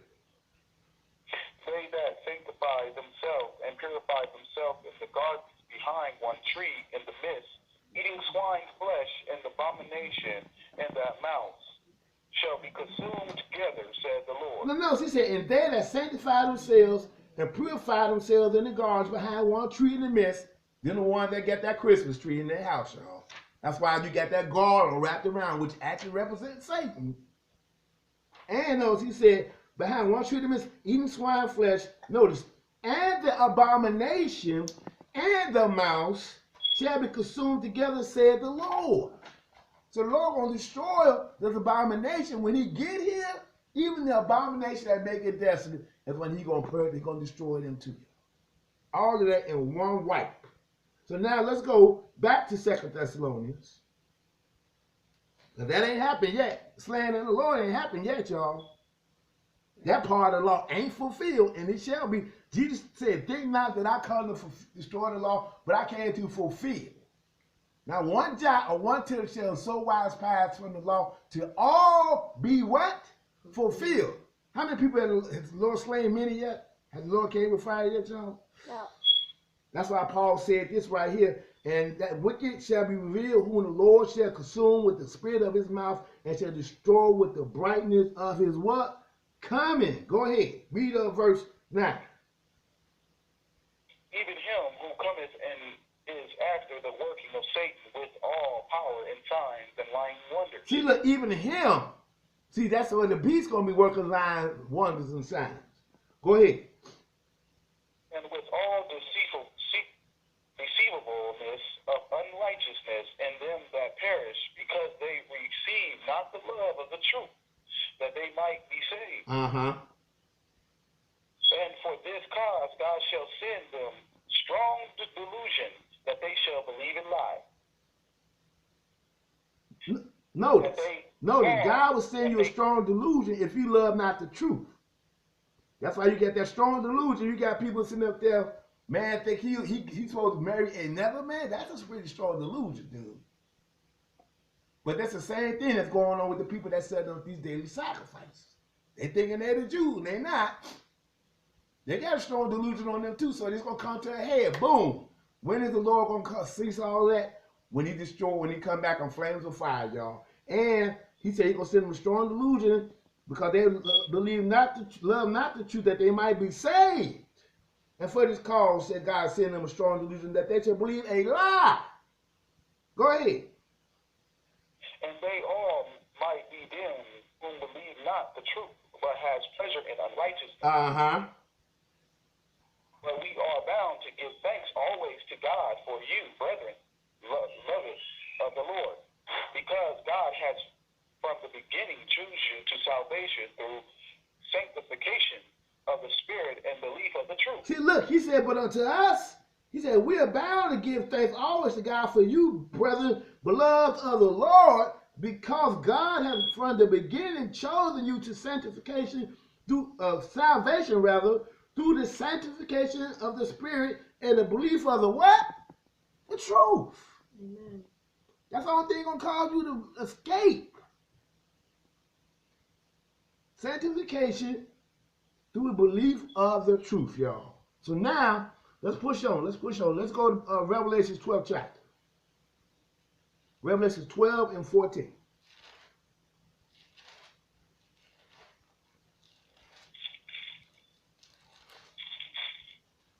Amen. Read. And to the woman were given 2 wings of a great eagle, that she might fly into the wilderness, into her place, where she is nourished for a time, and a half a time, from the face of the serpent. See, look, that's that 3.5 years. That's that 42 months. Believe it. But look, go ahead. And the serpent cast out of his mouth water as a flood after the woman, that he might cause her to be carried away of the flood. And the earth helped the woman, and the earth opened her mouth, and swallowed up the flood which the dragon cast out of his mouth. See, look, notice it went from the face of the serpent, but who was it that was making war with the saints? The beast, the false prophet. The one we can adequately label as the Antichrist. But it said the same serpent cast out his mouth water as a flood after the woman, that she may cause her to be carried away with the flood. Go ahead. And the dragon was wroth with the woman, and went to make war with the remnant of her seed, which kept the commandments of God, and having the testimony of Jesus Christ. Oh, so those are the mighty and the holy people? Those are the people that do know their God? But they are they that didn't make it in the wilderness. And these are they that need to be purged. Now, we're going to get down to the 7 trumpets in a little bit. So now let's go to Revelation 6 chapter. Let's go to Revelation 6, and we're going to start closing out this 2,300 days. Revelation 6, and we're going to skip down. We're going to skip through here. Revelation 6 and 1. Read. And I saw when the Lamb opened one of the seals, and I heard, as it were, the noise of thunder, and one of the 4 beasts saying, Come and see. And I saw, and behold, a white horse, and he that sat on him had a bow, and a crown was given unto him, and he went forth conquering. He went for conquering. Conquering and the conquer. See, look, let me show you something. Notice it said a white horse. Right. I want to point something out, y'all. If y'all look at the guard that the papacy wear, what color is it, y'all? White. This man wears white. He's representative of that horse, that first horse that's going to open up the Great Tribulation period, y'all. He went forth to conquer. Then he said, by peace, he said, destroy what? Many? Right, yeah. I just said. See, everybody worshiping after the beast, they're thinking he's the most holy father. It couldn't be him. That's why he's going to go forth and conquer, and he's that white horse. So go ahead, verse 3. And when he had opened the second seal, I heard the second beast say, Come and see. And there went out another horse that was red, and power was given to him that sat thereon, to take peace from the earth, and that they should kill one another, and they was given unto him a great sword. Now look, this is under the seals right here, y'all. We under the seal. We went for, this is the white horse, and this is the red horse. Now, all the titles of this beast, Takia Ecclesiastica, adds up to 666. Vicarious Philadelphia. This is the office that this man sits in. It's a crown. Also, the church, I just read it, Italia Ecclesiastica, this is the Italian church. That's why you got people call themselves Roman what? You fill in the blank. You already know. They call themselves Roman Catholics. So now, Palatine Basilica represents the Latin kingdom. That's the 4th beast that we're under. That's why you have still in play to this day Roman numerals. Right. Because we still under this 4th beast, y'all. So now, I want them to keep reading. Because we just went from the white seal, the white horse to the red horse, first seal and the second seal. Go ahead, keep reading. And when he had opened the third seal, I heard the third beast saying, Come and see. And I behold, and lo, a black horse, and he that sat on him had a pair of balance in his hand. And I heard a voice in the midst of the four beasts saying, a measure of wheat for a penny, and 3 measures of barley for a penny, and see thou hurt not the oil and the wine. See, look, this is because they're in control of the commerce. And that's why I say that you might not buy or sell. He that received the mark of the beast at that time. Okay? He got people practicing now, but he's going to control commerce. And things, that's why it represents wheat. And a measure for barley and penny, that's money. Penny, that's money. Barley, that's wheat. And that's real valuable commodity when you look at the stock exchange, y'all. Corn and wheat and all that being traded for inside of the stock exchanges globally, y'all. Well, look, let's get down to verse 9. Because I'm kind of a little behind schedule here, but let's get down to verse 9. And when he had opened the 5th seal, I saw under the altar the souls of them that were slain from the word of God and from the testimony which they held. And they cried with a loud voice, saying, How long, O Lord, holy and true, doest thou not judge and arrange out our blood on them that dwell on the earth? That's avenge our blood. See, at this time, let me go back to this chart. Like I said, we're going to do this a lot. See, you got 4 horsemen that's going to ride, and that's when the beast's going to be at his zenith. Everything going to be, and at that point, he would have been enslaved a lot of us, y'all, that didn't make it. And then it said under the 5th seal, under the, you got the 3rd, 4th, and right here it's going to be the 5th seal, and then you got the 6th seal. Okay? So now, under the 5th seal, let's see what happens. Verse 11, read. And white robes were given unto every one of them, and it was said unto them that they should rest yet for a little season until they fellow servants also and their brethren that should be killed as they were should be fulfilled. See, now look, because like I said, all the saints ain't gonna make it into the wilderness. So you got to survive 3 years, y'all. You got to survive these 3 years out here to make it to the sealing. Now, under the 6th seal, we're going to see what's going to happen now. Under the 6th seal. Watch what happens under the 6th seal. Read. And I beheld when he was opened the 6th seal, and lo, there was a great earthquake, and the sun became black as sackcloth of hair, and the moon became as blood. And the stars of heaven fell upon the earth, even as a fig tree casteth off untimely figs, when she is shaken of a mighty wind.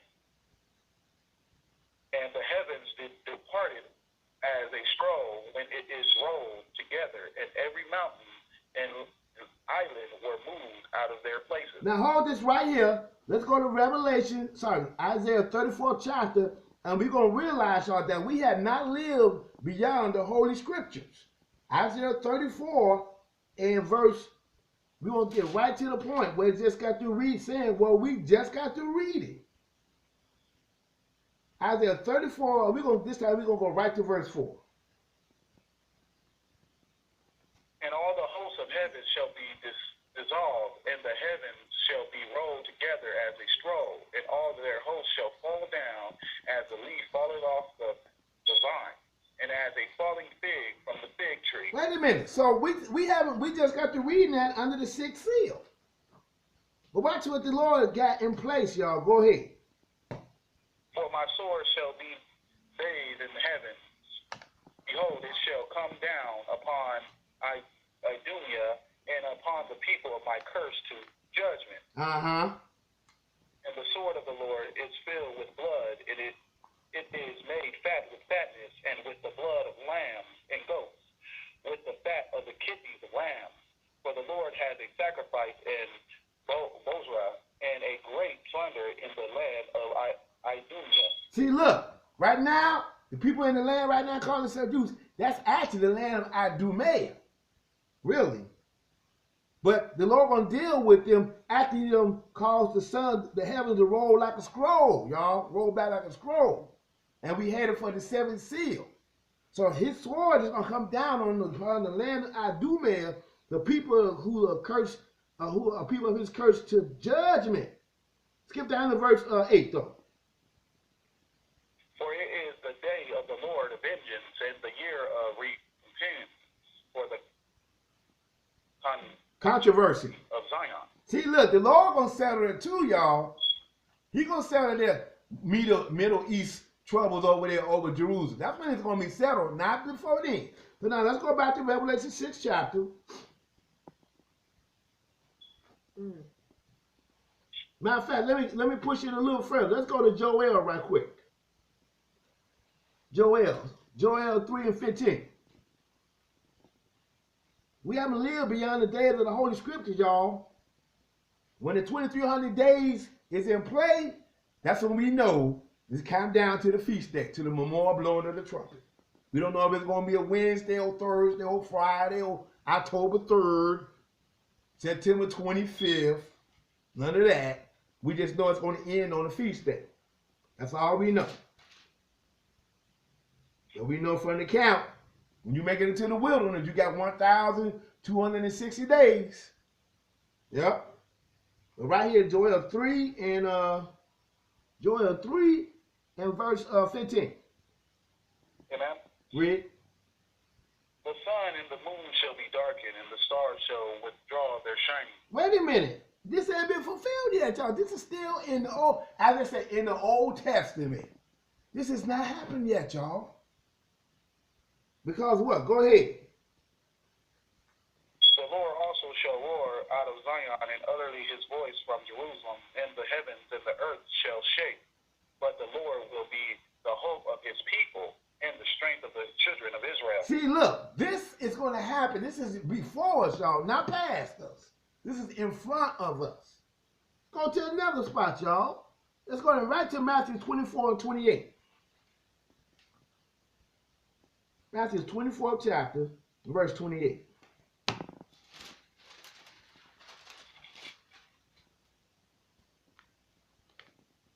Actually, 29. I'm sorry, I should have put, well, there's going to be so many people killed by the Lord.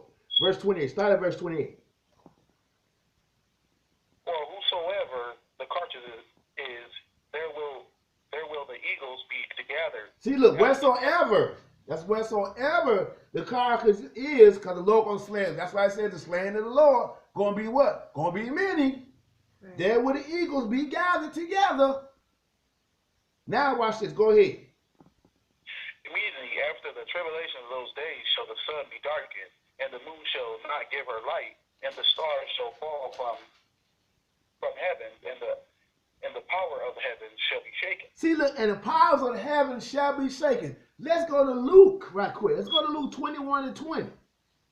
It's all tied in together. When we see that 2,300 days of Daniel, y'all, come into play, when we see them sacrifices, boom, we just entered into the 2,300 days of Daniel, y'all. Yup.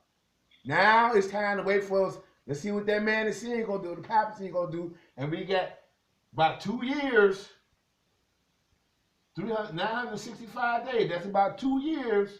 That's 32 months and 15 days to watch how that whole thing, how that whole drama plays out with the sacrifices in the temple. So now, Luke 21 and 20. Amen. Read. And when ye shall see Jerusalem compassed with enemies, with armies, then know that the desolation thereof is not. Now look, this desolation is talked about at the end of Daniel's 9th chapter. He said, your place is going to be left until you desolate. This is talking about 70 AD. That's what Daniel's 9th chapter was talking about, 70 AD.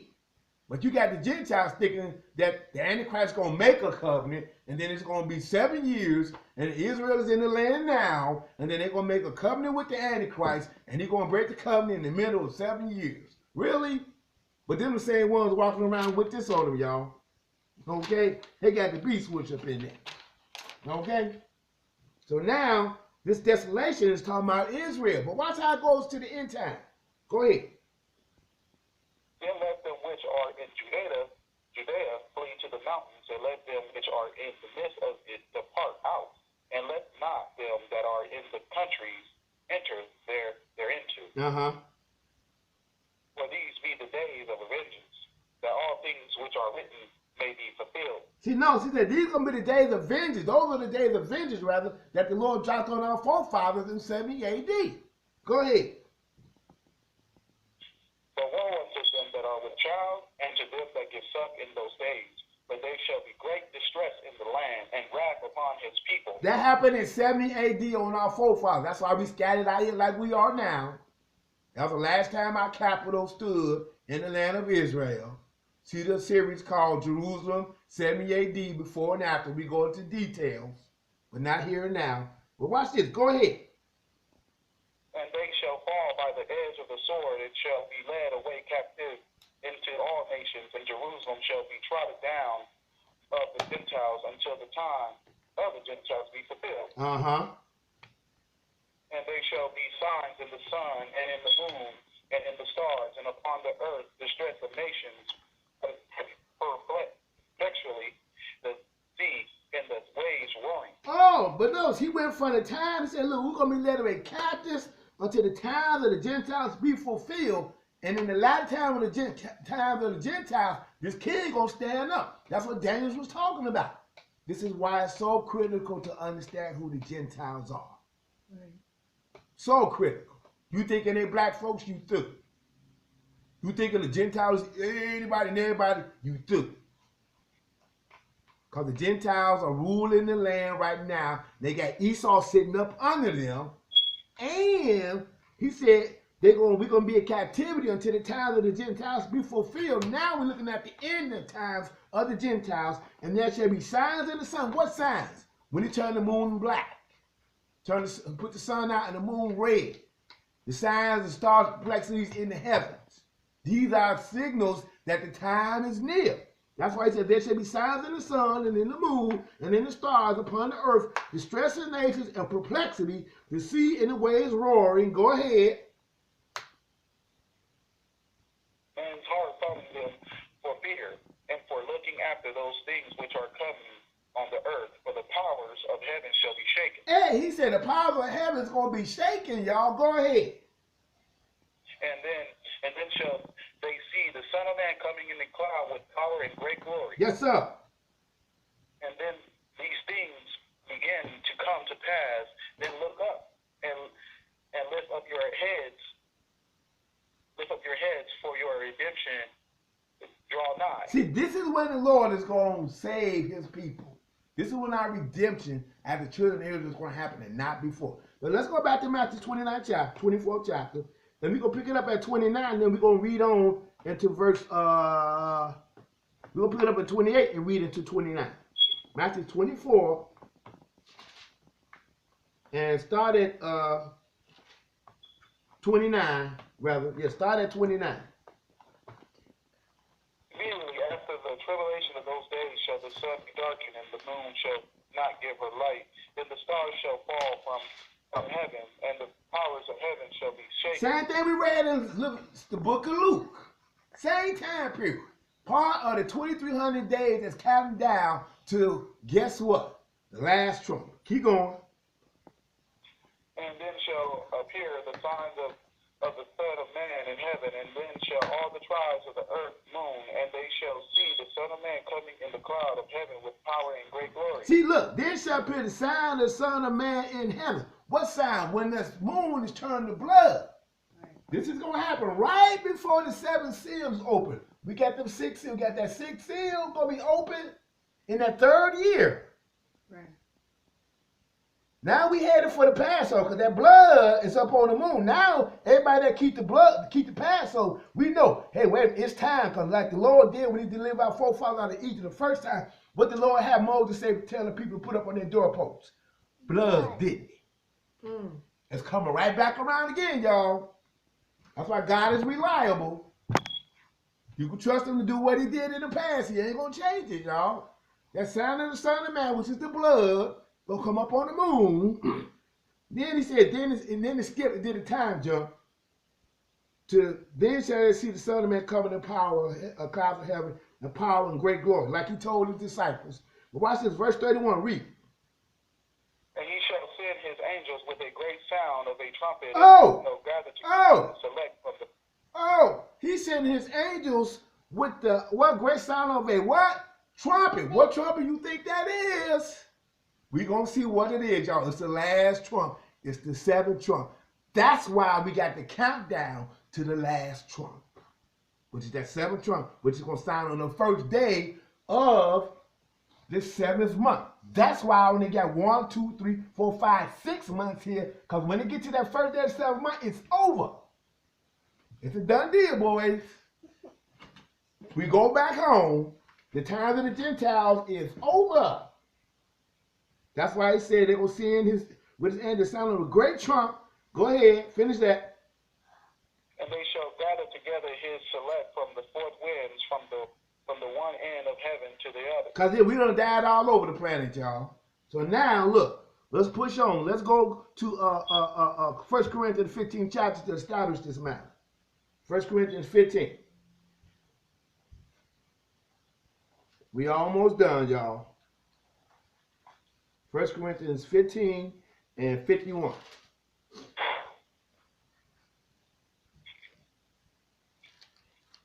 Amen. Read. Behold, I told you a mystery. I showed you a mystery, We shall not all sleep, but we shall all be changed. Yes, sir.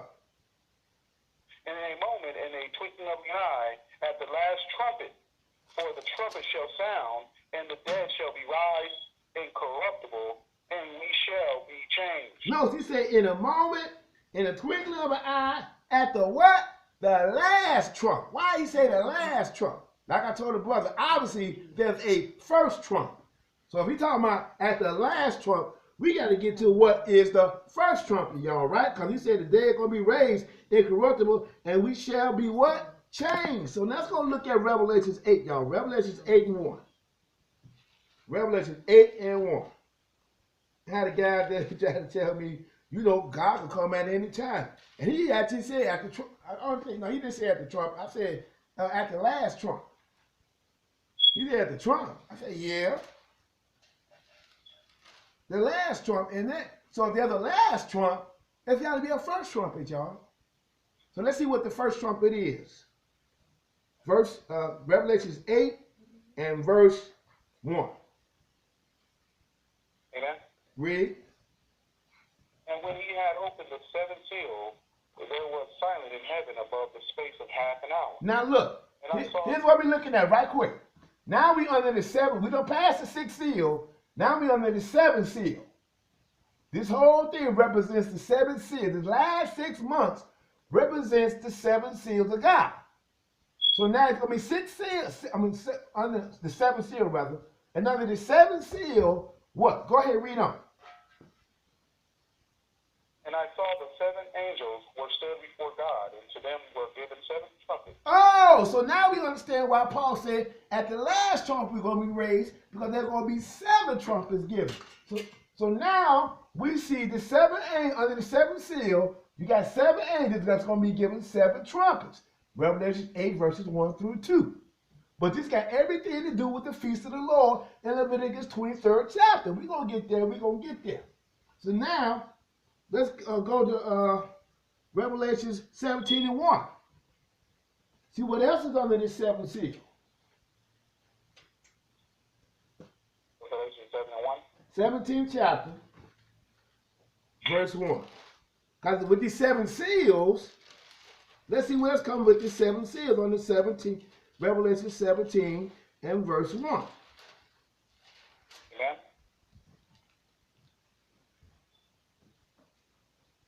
Read. And there came one of the 7 angels which had the 7 vials, and talked with me, saying unto me, Come thither, I will show unto thee the judgment of the great Lord that sitteth upon many waters. See, now the 7 angels, which had 7 vials, so the 7 angels got 7 trumpets, then there's going to be 7 vials, which is going to bring the judgment upon the great whore that sitteth upon many waters. But look, let's go to Revelation 15 chapter, verse 1. Amen. Revelation 15 and verse 1. Amen. Read. And I saw another sign in heaven, great and marvelous, 7 angels having the 7 last plagues for in them is filled up the wrath of God. Oh, wait a minute. So now we see it's called the 7 last plagues. What was it that the Lord destroyed Egypt with when he brought us out the first time, y'all? With what? Plagues. That's right.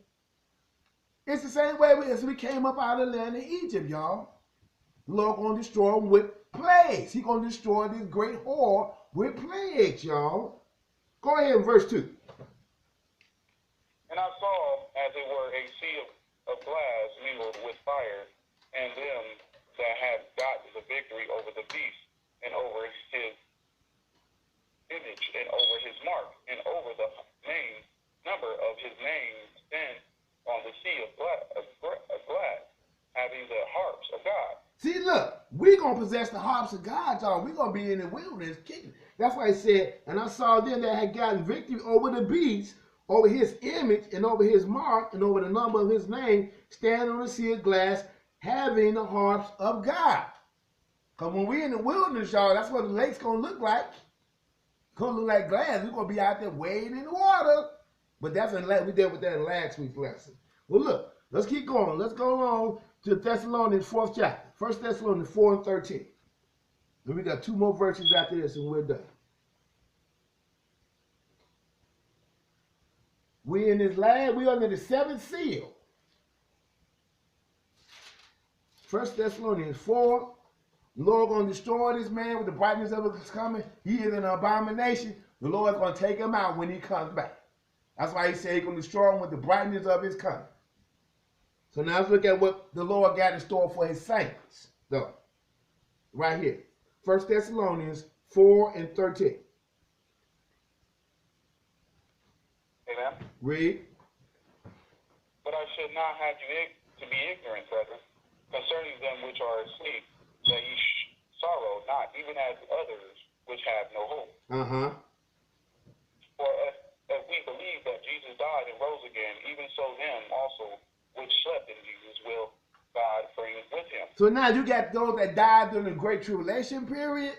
You got those that died before the Great Tribulation period in Christ. All encompassing sleeping in Jesus. That died believing what we teaching now. That died believing in God's word. I'm going to put it like that. So now, look what it says. Verse 15.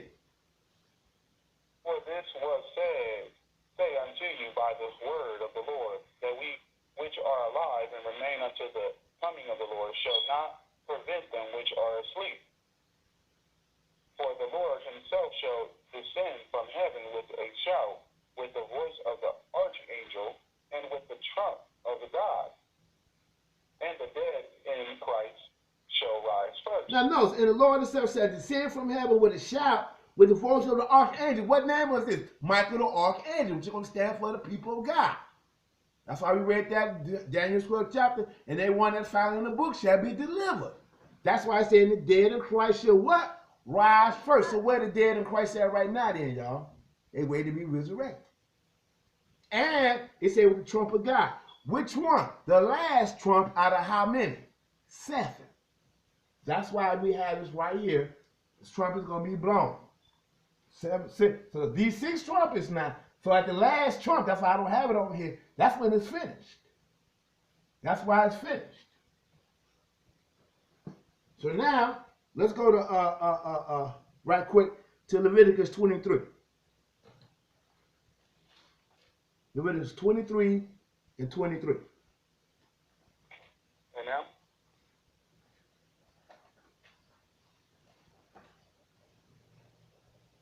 Read.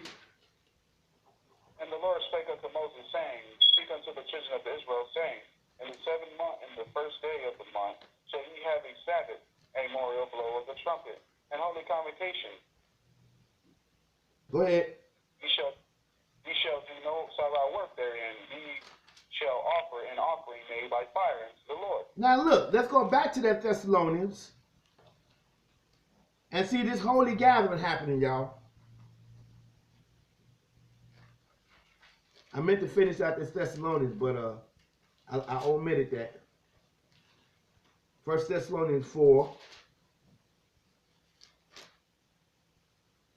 Because he said, verse 16, and for the Lord himself shall descend from heaven with a shout, with the voice of an archangel, we know that's Michael, and with the trump of God, we know that's the last trump, and the dead in Christ shall rise first. And watch what's going to happen. Verse 17. And we which are alive and remain shall be caught up together with them in the cloud to meet the Lord in the air, and so shall we ever be with the Lord. Remember we read with the sound of a great trumpet? He's going to gather his elect. What is more holy convocation than this? When we actually gather together with the Lord. What's a more holy gathering than this, y'all? I can't think of one, y'all. No. This is when that trumpet, that seventh trumpet, or that trumpet, the memorial blowing of the trumpet, this is the day that it sounds on the first day of the 7th month. We read that's when the trumpet's supposed to sound, and we're supposed to have a what? A holy convocation. So each one of these months are being marked by a trumpet all the way up to when you get to that 7th month, after the 6th month, on the first day of the 7th month, we got the holy convocation. And that is when the 7th trumpet is going to sound. So now let's go to Revelations 11 and verse 15. This is our last verse. Remember, 7 trumpets were given. There's 7 angels, 7 vials of wrath. We could go and look at how the wrath and the vials and all that say it is finished, it is done. But at the last trump is when it's done. Revelations 11, and we're going to read at verse 15. Amen. Read. And the 7 angels sound, and there were a great voice in heaven, saying, the kingdoms of this world are become the kingdoms of our Lord and of his Christ, and he shall reign forever and ever. Oh, so when that last trump sound, it's over. This is the trump of God that sounds on the first day of the 7th month. This is why we observe the memorial blowing of the trumpet, because we want the Lord, if we sleep, we want to be those that the dead that raised in Christ when this trumpet sounds, because we keep his convocation now. We remember the memorial blowing of the trumpet now, so that when we get to the end, the last day of the 2300 days of Daniel, when we get here, boom, the Lord remembered you there. Think about it. Amen. You want the Lord, you want to remember his day now, so you can be remembered at that time. Skip down to verse 18.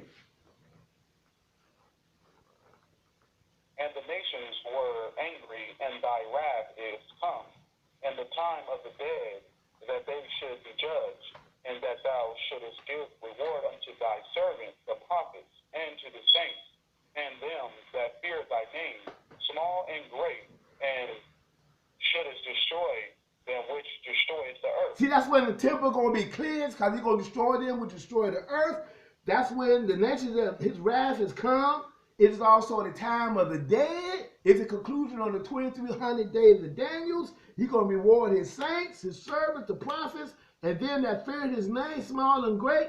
And like it said, destroy them which destroy the earth. That is the conclusion of the 2300 days of Daniel. I hope you got some understanding of what this thing means according to the word of God.